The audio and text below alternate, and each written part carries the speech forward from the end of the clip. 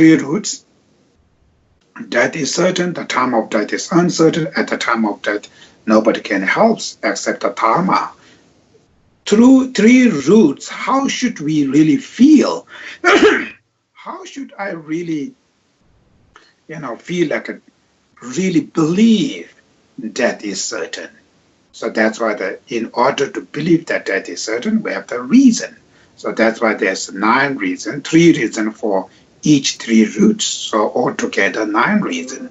So these 9 reasons, we should think again and again. This is the logic, the reason, to use those logic and reason to your feeling of your from your bottom of your heart. If you really, really understand that is certain, if you really believe that, then you have a fear, oh, one day I will going to die. So that fear, what they're using is that fear is not just stay as a fear negative way. We use that fear to determination. So 3 decisions. The first decision, practice the Dharma. So how long am I going to stay? I have to practice Dharma, which means I need to emphasize my mind. I have to use all my talents, my educations, my power, my ability, everything I'm using, not for material world, rather I should use to one's own mind to keep that mind more positive. So it's called, in order to do that, make your mind peaceful, what we need to do, Dharma. Dharma is the tool or medicine can help one's own mind calm and peaceful, virtuous. That's what called I should practice Dharma decision. The time of death is uncertain. That's why I have to practice the Dharma right now. So first you feel, oh, the death is certain. Then you feel I have to practice Dharma. But we also have thinking, oh, not today, not this, maybe after the retirement, after so. So always have an excuse to do the Dharma which we delay, always delaying. So that's the one, another laziness. So to get rid of that laziness, then second, the roots, the time of death is uncertain. So that the time of death is uncertain, same 3 reasons, general, and this earth, this world, the life has no guarantee, and there's so many conditions for death. There are very little condition for survive, life. So all those are the reasons.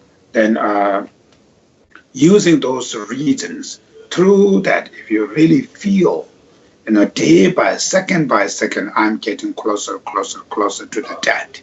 So that means second by second, I'm going to getting closer to separated with my family, with my material, my possessions, everything. Second by second, I'm getting closer to the separate from them.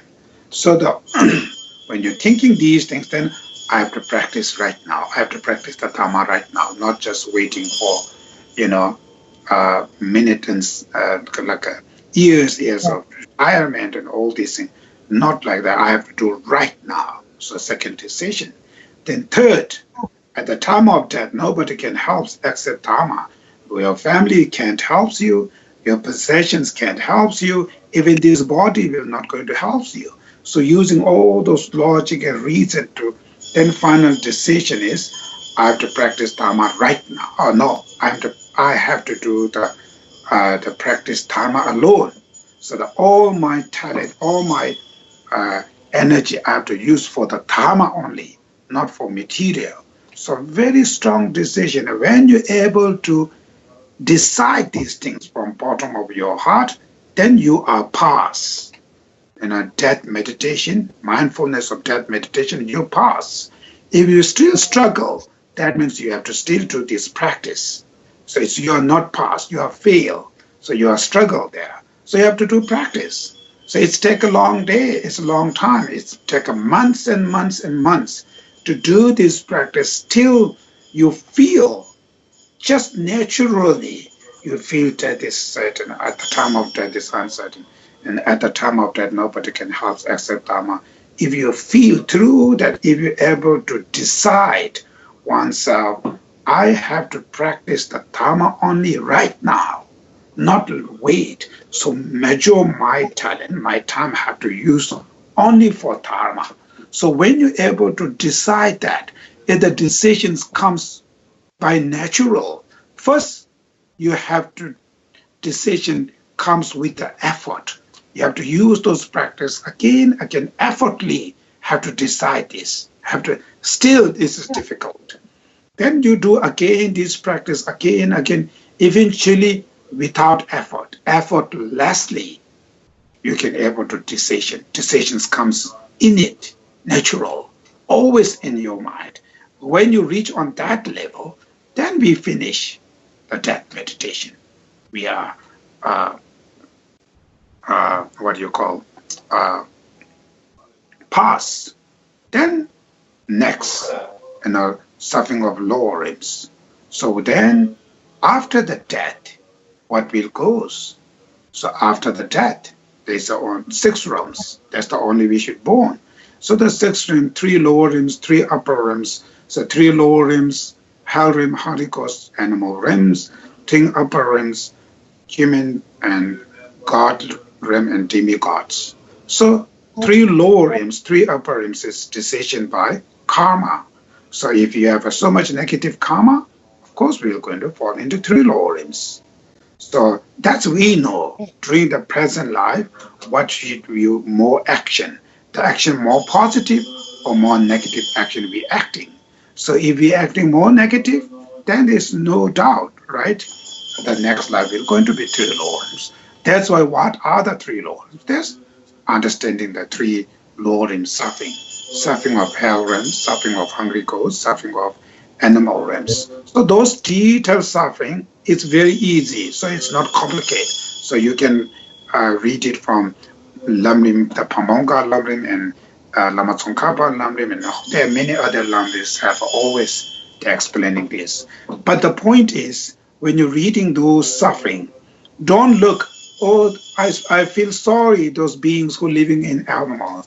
I feel sorry for those animals who are living with this kind of tremendous suffering. Not only that way, how should we look? It's oneself. If I am in hell realms like these beings, how much I will going to be suffer? How much pain I will going to experience? So you always put your feet into their shoes. That's the way we should think. It's not look something there, because we will going to be born there. We've been born before so many of these problems, again. Future, we will going to be born there because we do have so much negative karma. We sometimes we thinking, oh, it's impossible, me impossible. Is that ignorance? The reality, if you very carefully, your childhood to till today, how much you accumulate positive karma, how much you use negative karma, you know yourself. So most of the time, even one time you're driving, how many times you judging to other people? How much are you accusing? How much you feel anger? So more negative, more positive. We are more on the negative. Negative things that comes very easily. We are expert on those negative emotions. Positive, love, compassion is very difficult. We have to use effortfully again, still very difficult to feel. So we know we accumulate so much negative karma. So that's why born in hell realm, the suffering of hell realms, the suffering of heat and suffering of colds and all this, think again and yourself, visualizing yourself born in that kind of realms and how much they suffer. Then hungry ghosts, then animals, each, these meditate again, then feels tremendous the sufferings, the fear. You feel fear to born in this kind of suffering. Always they have a fear doesn't mean always negative. There's a positive fear, there's a negative fear. The fear which we're talking about, the positive, we voluntarily adopting those fear. It's not out of negative mind. We're looking on the reality world, through that we're adopting the fear of borning with these 3 lower limbs. So when you have that fear always keeps you, positive fear always keeps you what you call, encourage you how to get rid of those suffering, how to remove those suffering. So that's the positive fear. So like, for instance, we have a fear to getting disease or unhealthy lives or suffering of aging, suffering of illness. So because of that fear, what we're doing is we try to eat healthy, we try to exercise. So the fear encourage oneself to live with a very healthy, eat healthy, exercise, think, meditate, mental healthy, physical healthy. So that's, stimulate you, encourage you to go to the healthier life. Similarly, the three lower rims, suffering of fear of those three lower rims. Then that fear when you have, then who will going to help us? These suffering. The specific for suffering of three lower rims. And these three lower rims causing by negative karma. Negative karmas are causing by negative emotions. So who can able to help us? These sufferings and the causes of suffering. So the causes of suffering comes from one's own ignorance, one's own negative mind. Because of the ignorance, negative emotions, that's why it creates our actions, our decisions, everything becomes a negative. So when you act negative, that's why the karma will ripening into those sufferings. That's why we feel suffer. So who can help us to get rid of this suffering is dharma. That's the called dharma. So it's called the precious dharma.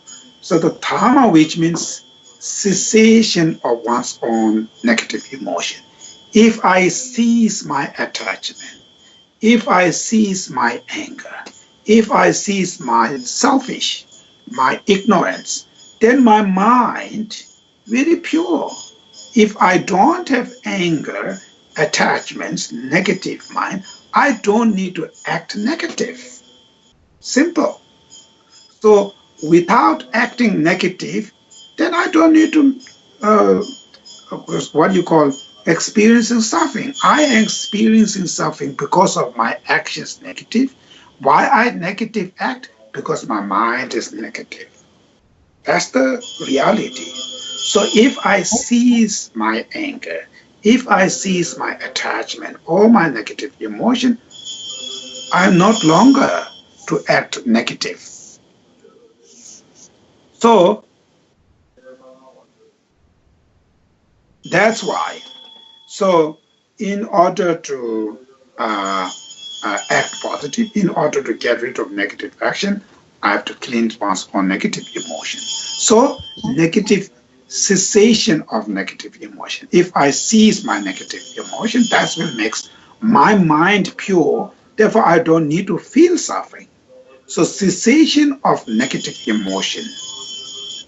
If that's really, if I achieve that, if I,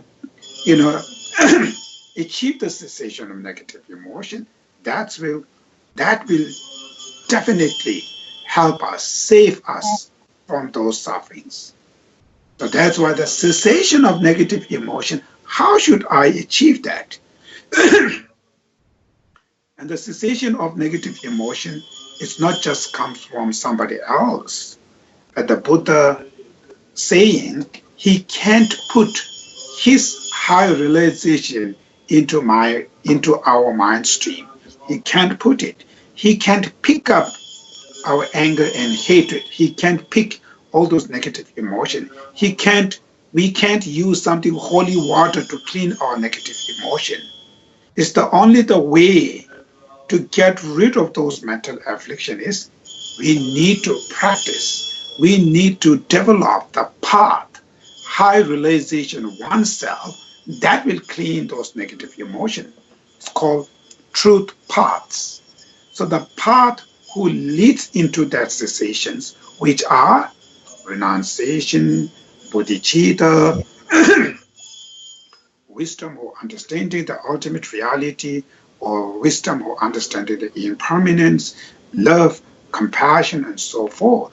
The Lam Rim, the practice today we are talking about.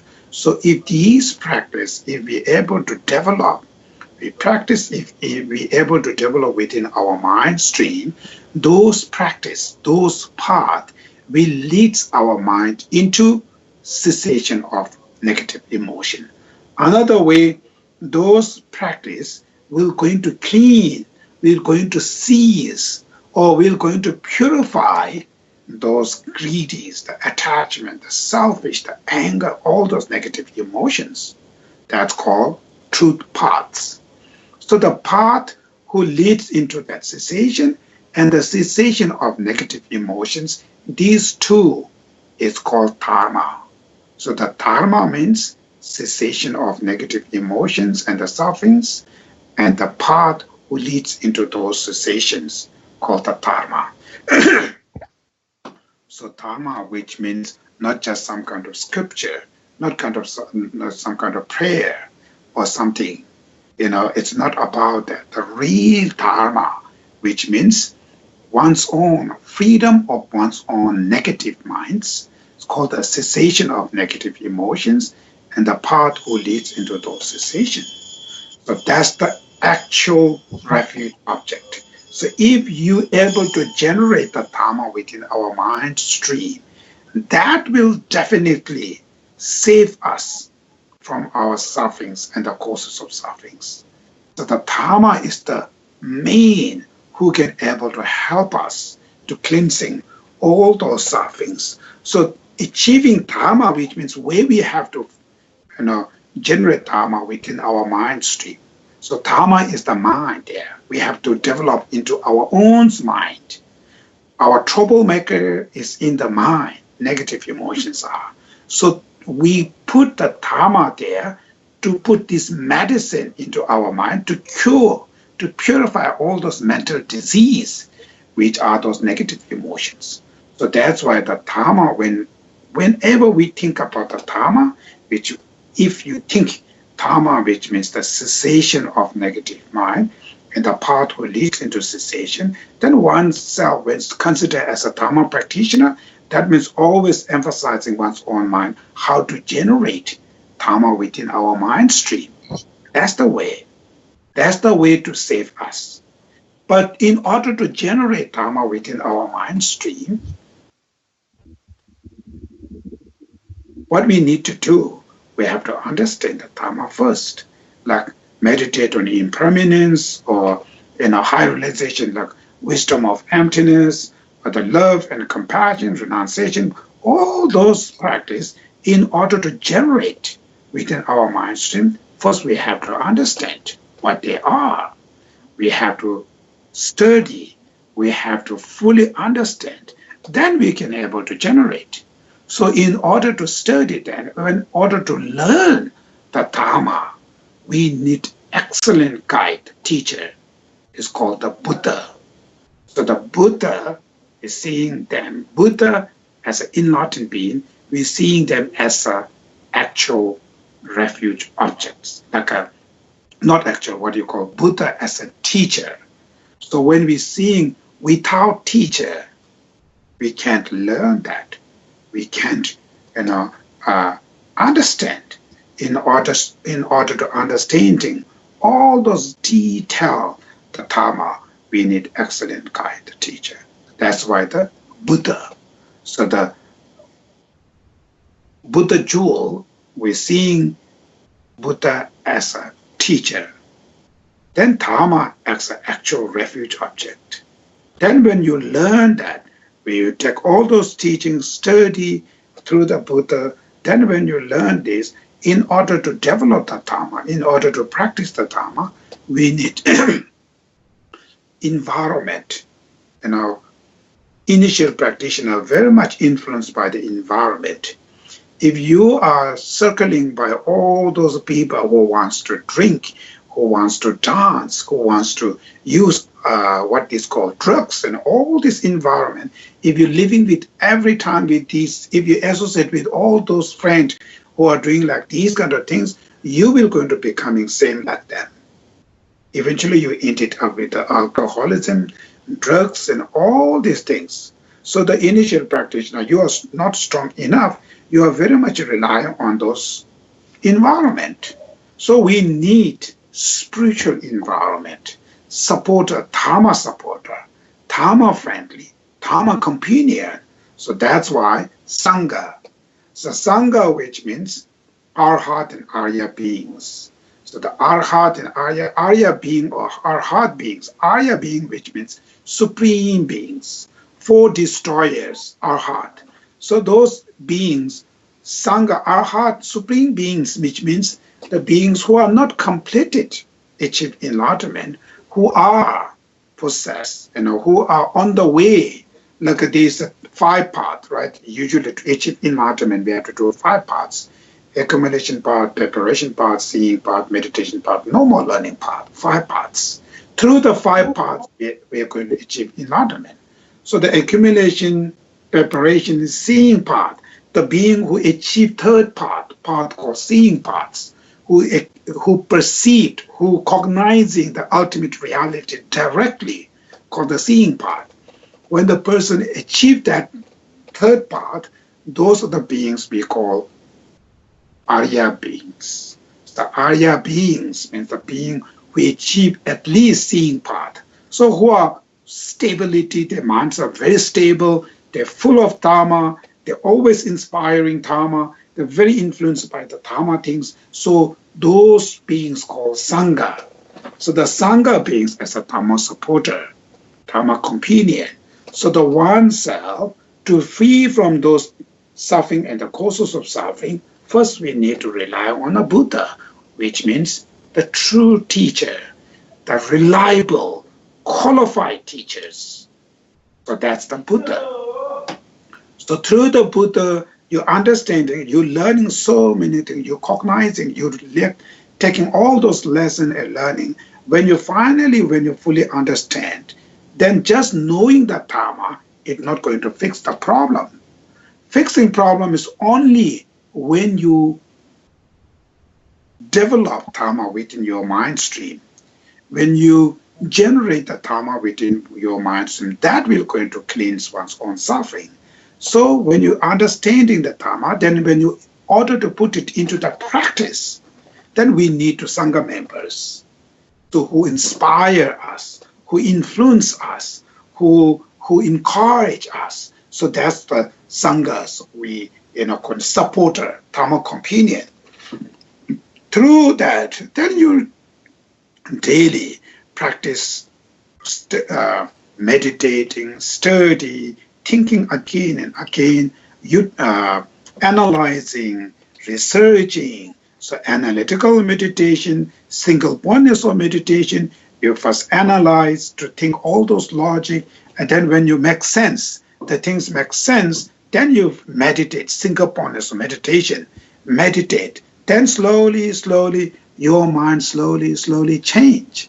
So slowly when each negative emotion, when you're cleansing, that's called the cessation of negative emotion. You cease one of the gross level of attachment.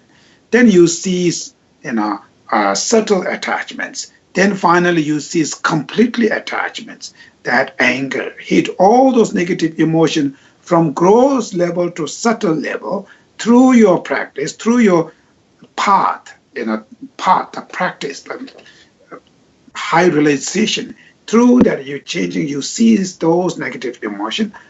When you're cleansing those negative emotion, and that's called the cessation of negative emotion. So cessation of attachment, cessation of gross level of attachment, cessation of subtle level of attachment, cessation of gross level of anger. So all those cessation, day by day, you cease more negative emotion. That's why you are getting closer to the enlightenment. So the actual who helps you, Dharma as the actual refuge objects, Buddha as a teacher, Sangha as a Dharma companion, supporter. That's why we take refuge, Buddha, Dhamma, Sangha.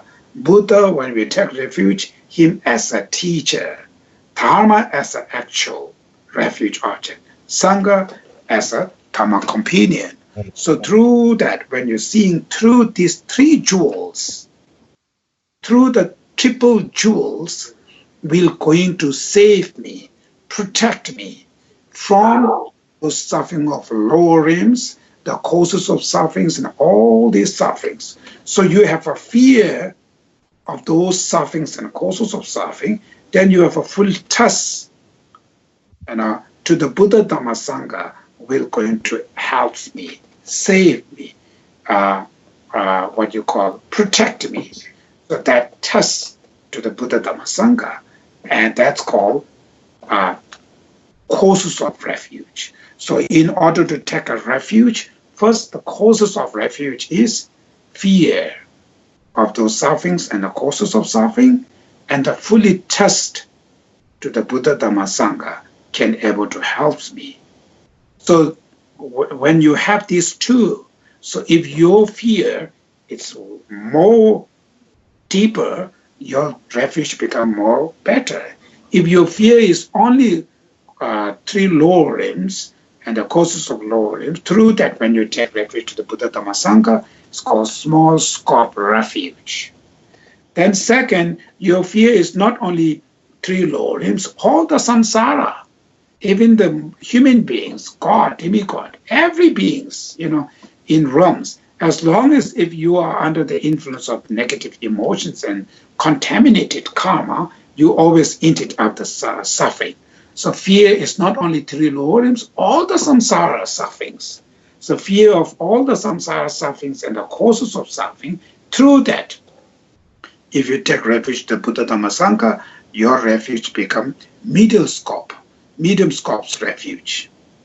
Then the third, not only one's own suffering, you also have fear of suffering to entire sentient beings. You consider other beings suffering also. So it's called compassion to all other sentient beings, how much they will going to be suffer. I fear to having suffering toward all sentient beings. And the causes of suffering is not only mental affliction, even the afflictive emotion, not only cognitive obscuration, or afflictive obscuration, also the cognitive obscuration. So all the causes of mental afflictions, the imprint of mental afflictions, which are causes of suffering, and then suffering, entire sentient beings suffering, not only one's own suffering, all sentient beings suffering. Through that, when you take fear about these things, through that, when you take trust, Buddha Dhamma Sangha can able to help us. When you take refuge, your refuge become Mahayana refuge. So the small scope refuge, medium scope refuge, great scope, Mahayana or great scope refuge, it's based on the causes of refuge, which are the fear. How big fear? Only three lower limb suffering and causes of suffering, or all the samsara suffering, or all other beings suffering also. So that's why the refuge also becoming higher, higher, higher.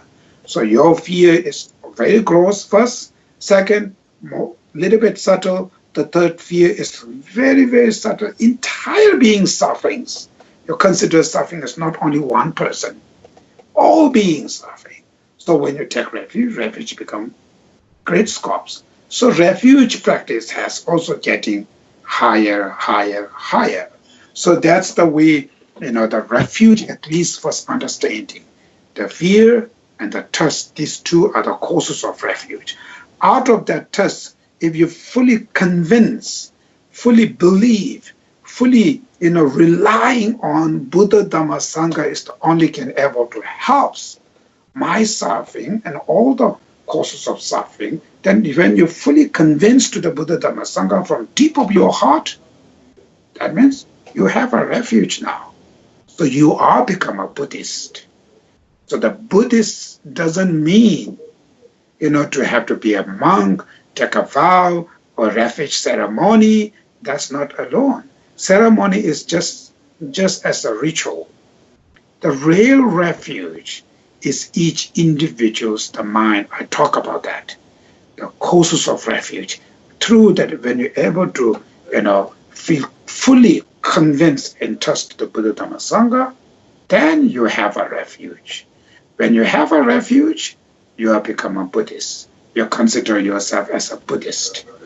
As long as if you don't have that, you you are not pure Buddhist. Maybe you culturally Buddhist, traditionally Buddhist. There are many different types of Buddhists. Buddhist by culture, Buddhist by tradition, so Buddhist by philosophy, right? So Buddhist by practice. There are many different ways. So the real Buddhist is the Buddhist when he or she, if you have a refuge, then you really, really become a Buddhist. So that's why when you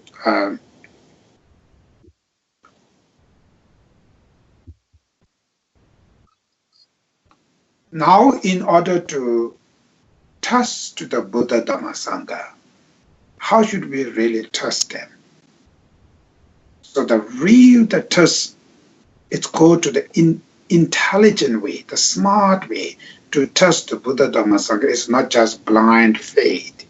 Or our guru says, Buddha will going to help you, Three Jewel will going to help you. So just, blind faith, it's not that much powerful. It's not that much benefit. The faith you have is through understanding yourself, through your wisdom, through your own understanding. Then when you're committed, when you have faith, that's the faith is more stable. So to develop that, first we have to know how should Buddha Dhamma Sangha be helps. In order to develop that, we have to know who is a Buddha, who is a Dhamma, who is a Sangha. So in order to know the Buddha Dhamma Sangha, first we need to know the real Dharma. So if you know the Dharma, then Buddha and Sangha easier. That's why the Buddha says, whoever knows Dharma will know Buddha. So how should we know the Dharma? Dharma, there are many ways to learn, many different ways to learn about the Dharma through the Four Noble Truths, 8 full parts, 8 full noble parts. There are many other things. But the really Mahayana the Dharma, if you want to know, you have to know the dependent origination. That's so important. If you know that every phenomena is the dependent origination, then you know every phenomena are empty of inherent existence. None of things are exist independently. The emptiness. If you know the really emptiness, then you will know the Dharma. Why I'm saying that? Which means Dharma I mentioned earlier, cessation of negative emotion. That's the main thing. Cessation of negative emotion, in order to know that, first, how should we know negative emotions are curable, changeable? And how should oneself to know about the cessation of negative emotion? If we know the ultimate reality of all the phenomena, which are empty of inherent existence, all the phenomena are empty of inherent independent existence, which means all the phenomena are just exist dependently. Or another word, every phenomena is just labeled, imputed, or designated by names and thoughts. None of things are exist by themselves. If you really know that, then those mental affliction for attachments, anger,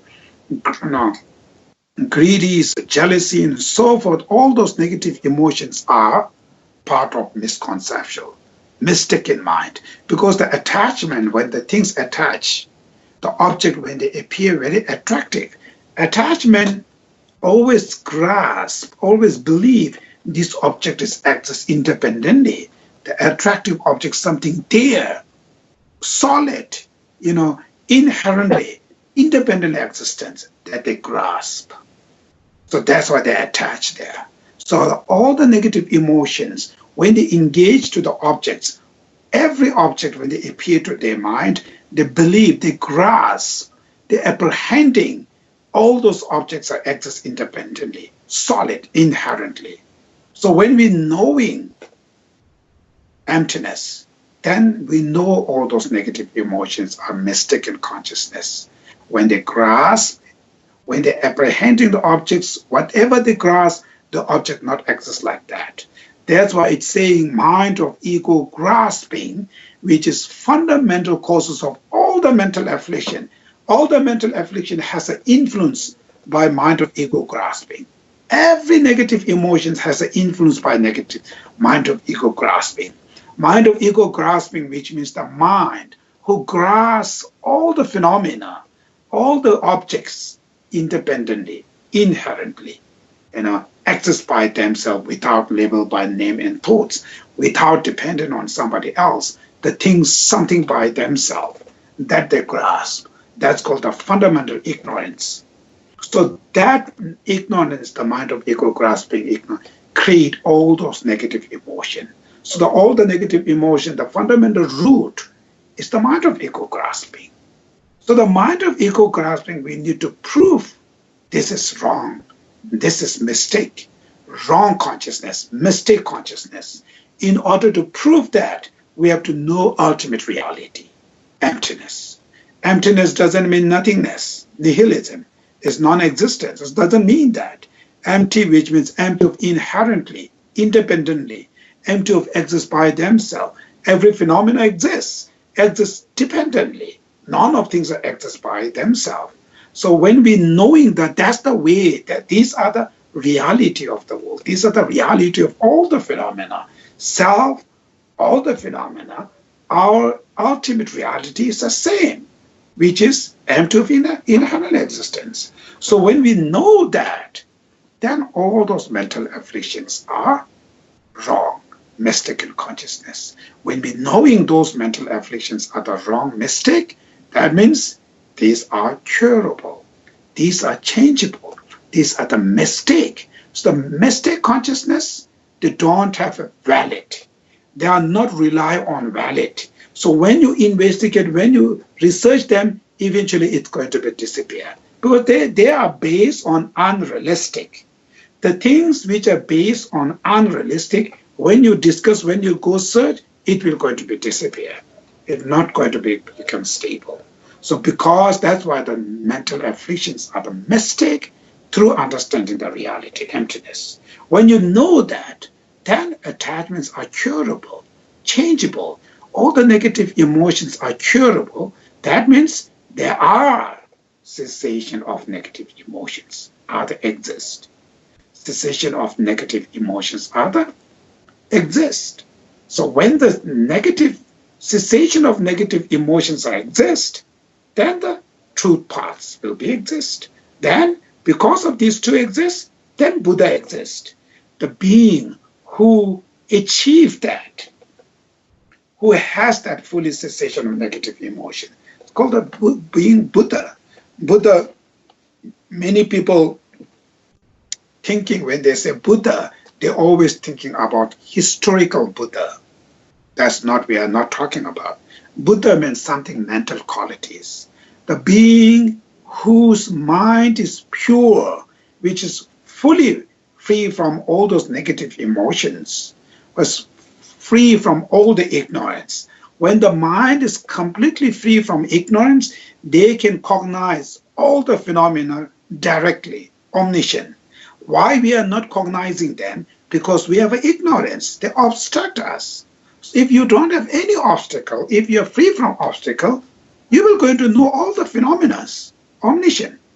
So, or full of what you call knowledge, the omniscient, who completely free from all the ignorance, all the negative emotion, all the mistaken consciousness, that kind of pure consciousness, whoever has that, whoever achieved that, that being is called Buddha. The Buddha is not only historical Prince Siddhartha. Buddha means that we have inner quality, achieve that inner qualities.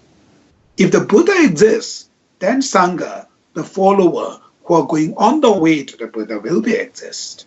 That's why that's what you call Patita Sumapatra. Patita Sumapatra, the sutra name, is called the dependent origination of the sutra. Says, the Buddha says, whoever sees interdependent origination sees Dharma. Whoever sees Dharma sees Buddha. So that's why who understanding the ultimate reality will going to understand the Dharma. Who understand the Dharma, that will understand the Buddha. Whoever understanding Buddha will going to understand the Sangha. So the smart way to understanding Buddha, Dhamma, Sangha is through the Dharma, through the in order to understanding through the Dharma, I have to understand the ultimate reality. That's the very important, very important to each individual in order to able to commit it, really believe from bottom of 100%, and you want to believe that, have to understanding through you have to investigate, analyze, use those logic, the reason through understanding the Dharma. When you, in order to understanding the Dharma, you have to understanding the reality of all the phenomena, the ultimate reality. So when you know that, then your understanding Dharma is perfect. Through that, when you're able to strong cognizing, when you're understanding Buddha, Dhamma, Sangha as a possible, it exists, then the belief, the faith you have, is a very different faith.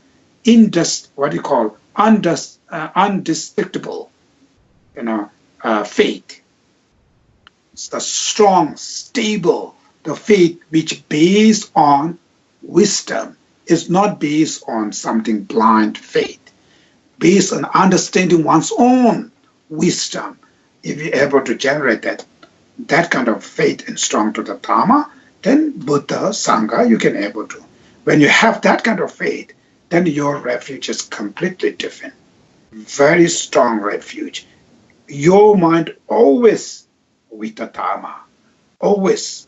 So that's why it's more important to understanding these wrong consciousness, all those mistaken consciousness, all this, maybe some of you have my book, so that's why the book where I wrote it, Reducing Suffering Through Buddhist Psychology. So the is Seven Division Mind, where I wrote it is different way. It's more practical way. So it's the orders, everything's are opposite in our traditionally book.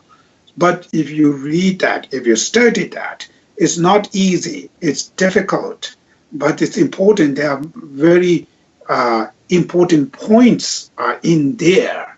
So if you're understanding the Dharma through the philosophy, through the logic, through the reason, then at least if you know my attachment, my own anger, my own negative emotion as a wrong consciousness, still difficult. Many people still don't know these are the wrong consciousness. So when you're knowing one's own negative emotions are the wrong consciousness, mistaken consciousness, then you have some kind of idea. So it's not going to follow that. Whatever decisions comes out of my attachment, it's always wrong, mistake. So you can able to control your own mistake. Otherwise, if you don't know about your own wrong or your own negative emotions, the wrong consciousness, then how you know your negative emotions, the mistake? As long as if you don't know your wrong consciousness, your mistake, negative emotions are the mistaken consciousness, then how you know the decisions come mistake or the samsara problem? It's very difficult. So to engage in Dharma is also more difficult. That's why there's so many people, they have a faith, a very different faith they have. The faith which we need, the Dharma, is for cure one own mistaken consciousness, one own negative emotion. Dharma means the tool, the medicine to cure one's own wrong consciousness or mistaken consciousness, negative emotions. But in order to cure that, first the person, the practitioner, him or herself, do you really feel? Do you really want to clean your own negative emotion? Do you really want that? Many people don't. Simple example, simple test you should do yourself. The test we call, sometimes it's good. When you go to the hospital or clinic, So when the doctors diagnose you have this or this disease, life-threatening disease, this or that, when you hear that, how much you fear, how much you feel fear and worry, you panic it. You're looking what kind of medicine will going to cure, what kind of hospital will going to help me. So you very much looking these things. That means you have a fear of having those diseases will going to take you, your life. Fear. That's why you know these are the very dangerous disease. That's why you are desire to wish to get rid of that. What kind of food I need to eat, what kind of medicine I need, what kind of things I have to do. You have that kind of wish. Similarly, when you go to the temple and your teacher say, you have an anger problem, you have an attachment problem, you have a greedy disease, you have a selfish disease. When they say these things, when you diagnose you have anger and attachments of these diseases when you have, what do you feel? Did you feel very much scared, fear, worry? No. So you say, who cares? Doesn't matter. So nothing. Really, you have nothing to feel from bottom of your heart. You don't have fear about your own negative emotion because you don't know how horrible them, how much is damaged. It's not only these lives. These negative emotions, they being damage us, create us suffering from beginning less to till today. And these negative emotions will going to damage and create suffering next till enlightenment. Because of this negative emotion, we are circling in samsara. We are struggle into this complicated life. Because of this negative emotion, we have to live with this mid body, contaminated body, source of suffering, source of disease, source of these things, this kind of body, because of our negative emotion. So everything today we have, suffering we have is because of negative emotions. So we have to die because of this negative emotion. Who taking our life because of our negative emotions? If we are free from those negative emotions, we don't need to rely on this contaminated body, this meat body. We don't need to rely on this mundane. We can remain eons and eons how long we want to live. We have full power. So why today not? Those negative emotions. Negative emotion disease are horrible, painful disease than this physical cancer or this kind of disease. How much this bad disease? It's only take one life. That's all. Negative emotion, the disease, takes our eons of life, whole life. They will create the problems. So, but human beings, we really don't know these things. So we need to really understanding the disadvantages of those negative emotions. How wrong from philosophy point of view, from the experiencing point of view, from method point of view, from the logic point, you have to use from so many different aspects. Use those through understanding. Did you really feel these negative emotions are much more danger than this physical disease? When you're really understanding, then you're understanding the value of dharma. What is the dharma? So only the dharma will going to cure those diseases. None of these other things will going to cure. So you fully follows the dharma. You 100% follow the dharma. That's why your intelligence, your smart, your education, your knowledge, your talent, your power, everything you will going to use for the dharma. So if you're able to use that, you're changing your life is much faster, much faster to go to the enlightenment. So today the struggle is we don't understanding these things.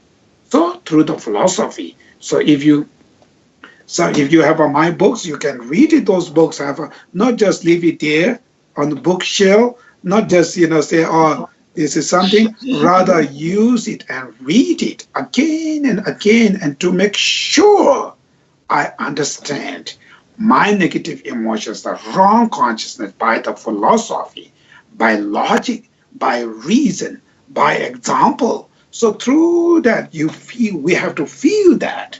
So when you're feeling that, then you really seeing the value of Dharma. That will you see. Then taking refuge to the Dharma, then Buddha, Sangha, entirely different.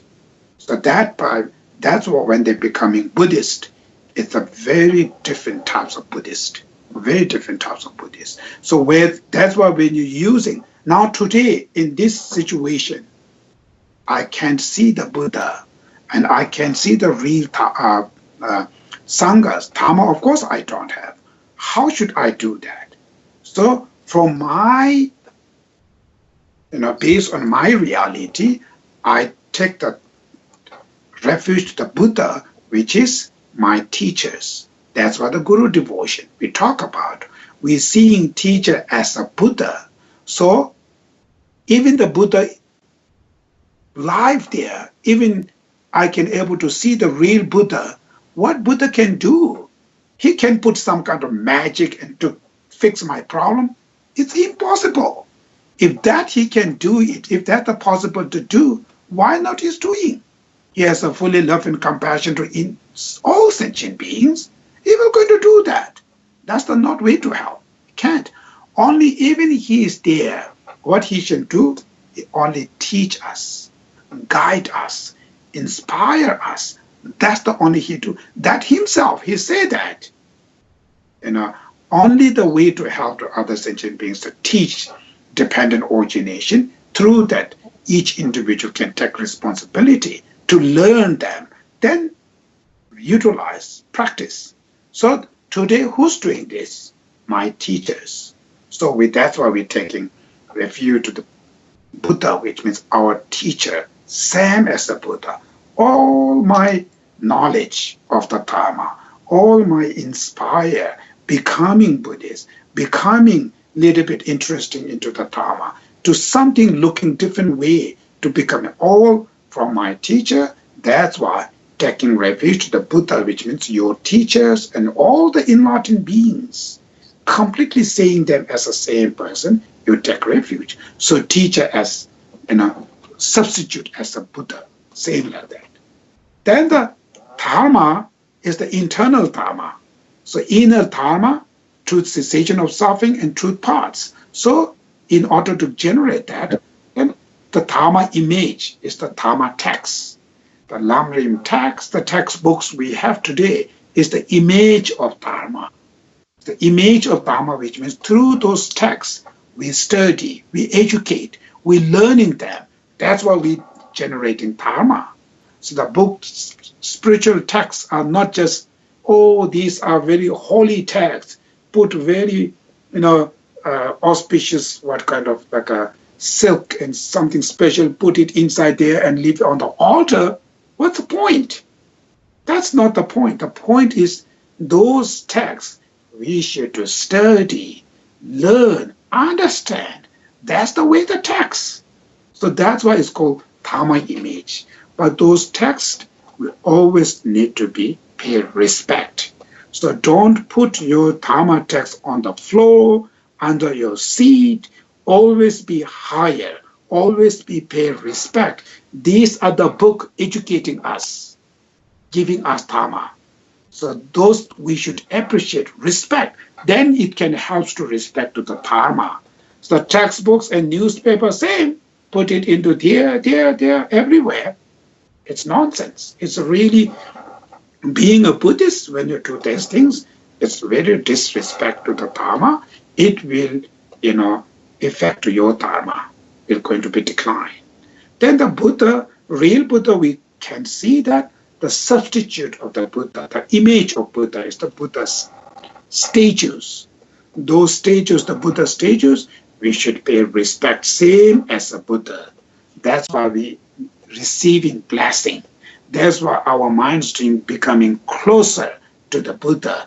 That's why we accumulating karma for our next life, can still engage with the Buddha's Dharma.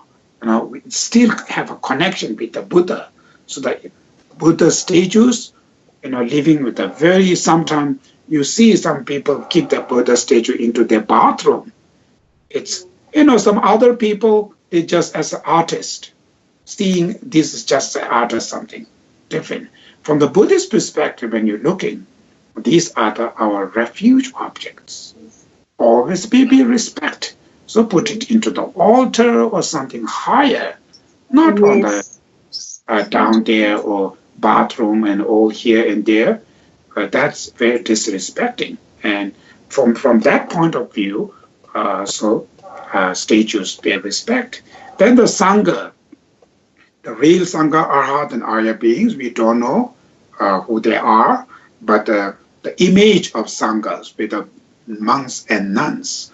So the monks and nuns, we pay respecting them. So always, we respecting them is actually the value of Dharma. The Dharma, how important.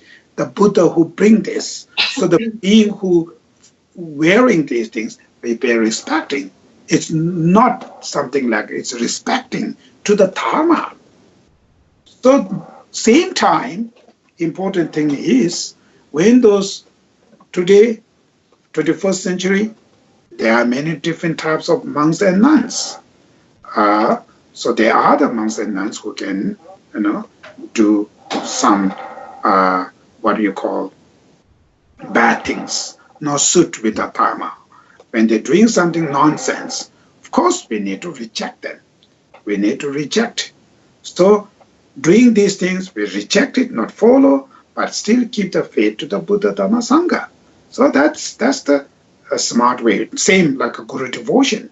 We pay respect to the gurus, fully seeing him as a enlightened beings, but sometimes way of his teaching is not suit with the Dharma, contradict with the Dharma. These teachings are not real pure Dharma. We reject them. Even my own teachers, when they're saying something which is nonsense, which is not really suit with the Dharma, which is not according with the Dharma, is opposite with the Dharma, who leads into a most negative way, we reject them. So that doesn't mean we disrespect to the teacher. Still keep respect, still doing your faith and trust, but the things which is destroying the Dharma, we reject. So because of this saying opposite with the Dharma, that's why it's bad, or this, that's also not good. So give your faith and respect to them. Things where they make nonsense, we reject them. So that's the way that everything as a very smart way, middle way, keep middle way. So the point is that Buddha or the teacher, we always use them as a teacher. That's always important. When the monks and nuns, whatever, if you're using them you use them as a Dharma companion or the Dharma supporter, which means it's not about what they are, it's about you. How should you use? If you teacher, Buddha or great master as a just blessing master, then also only bless. Go there, put something in your heart, say blah, blah, blah, something, I don't know, holy water or something, give you, say, oh, you get this initiation, empowerment, something nice, things, say, oh, now that's great. If you use just as a blessing master, then he's blessing master. He or she becoming blessing master. That's your hand. You have to use them as a teacher. That means understand, take teaching, caution them, ask them, what's the real Dharma? What's the essence of Dharma? Education. Dharma educate. Not only follow some kind of tradition, culture way of those blessing and all this. It's good, but that's not enough. Of course, I myself taking many blessings. Not only that, main focus is take education, Dharma education. Then you are smart. You learn something. So you have something.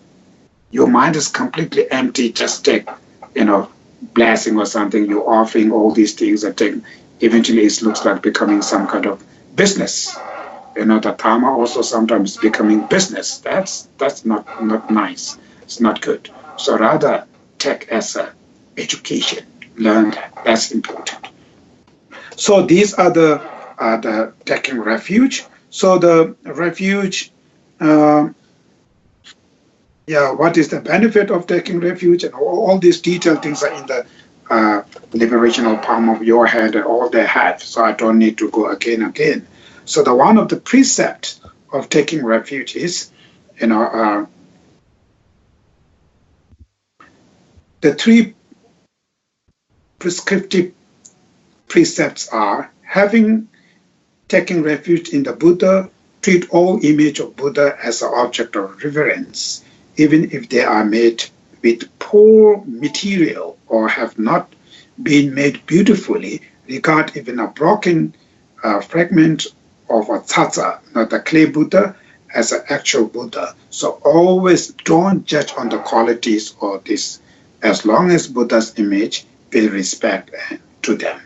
Then second precept is, prescriptive precept is, having taken refuge in the Dharma, regard even a single letter of Dharma generating respect for it as you would the true Dharma.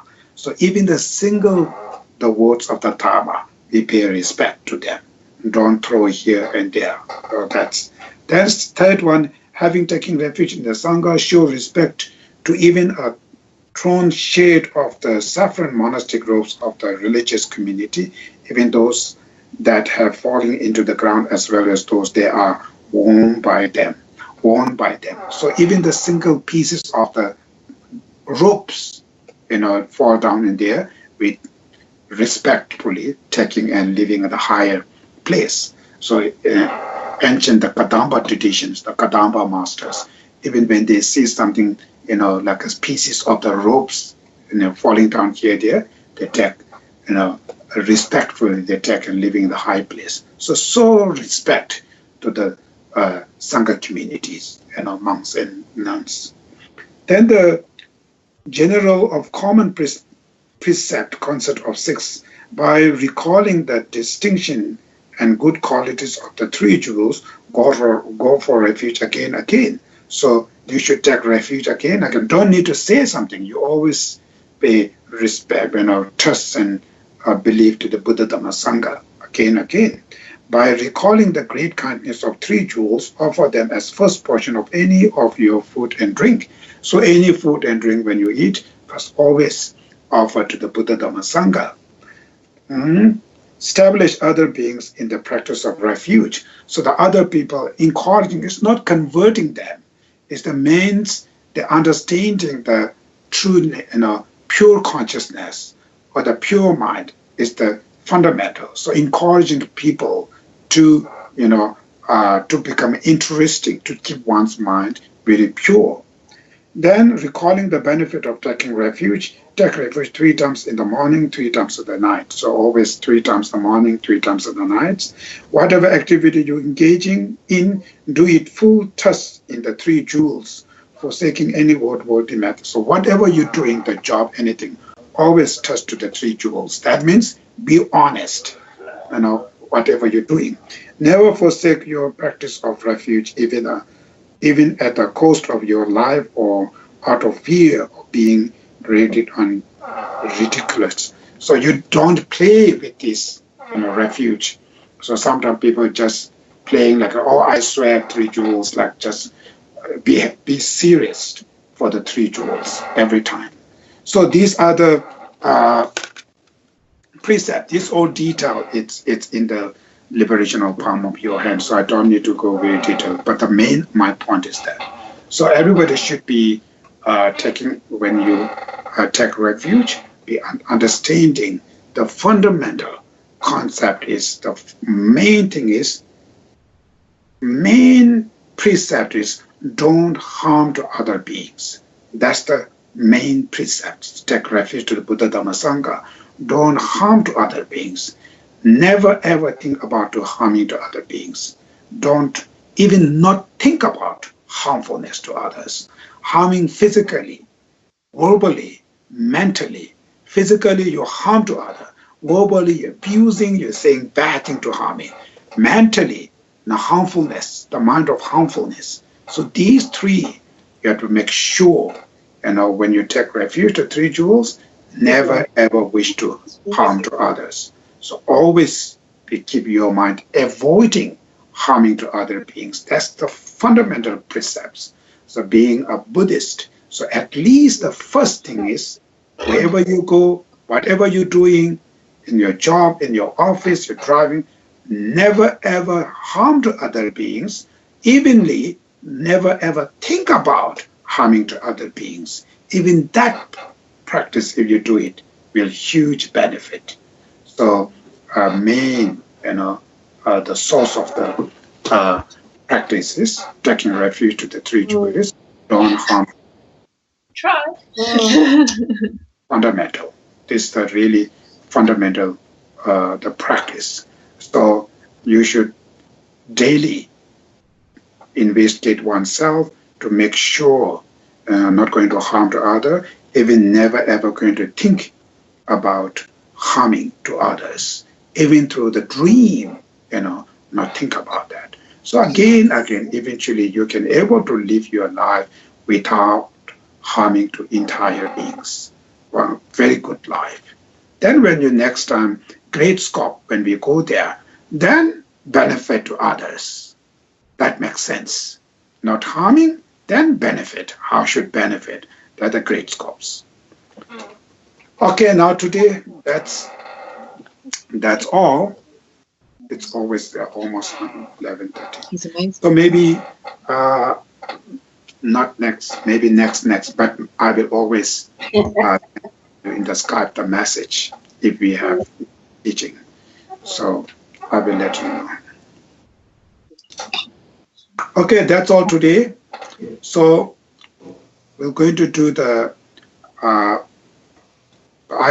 today I'm not going to leave the question answer section because after 5 minutes I have to do another some kind of the teachings have to go there. So maybe next teaching maybe I leave question answer. So we're going to dedicate our virtues and merit to benefit to entire sentient beings. Long life His Holiness with all those great master and the world peace, and Dharma can remain eons and eons through that benefit to entire sentient beings.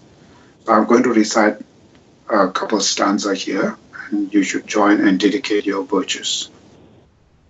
Dagi Jini Sabe Jewa De Dendang Chowa Kuna Kampe Da Chebra Chutu Losan Taba Dembe Nimbo Rindu Seje Sho Pama Simje Tanje De Dan Tinju Ji Nidro Tamje Tado Tunga Da Chanju Semba Kana Sushu Da Kunji Melam Dukiro Ji Chanju Senjo Rinpo Ji Maji Panam Kiju Ji Jeba Nyampa Meba Kone Kondo Pewa Jo Kanri Rabi Kowe Shingam Su Pendang Dewa Mari Chuene Chere Samo Tinzi Jazu Jabe Sede Pato Tenjuro Ji Penze Di Temba Sibe Da Nyeto Longi Namba Miyoshi Tembe Manzu Shine Temba Ichi Nebe Tato Kanwa Sho Juji Jabo Zonga Vichuzi Namba Bewa Da Jiji Tsema Shiwa Da Tuji Mali Tsama Sho Tata Shinji Tusum Da Tere Toni La Tene Jawa Los Antra Baye Temba Yurin Bajo.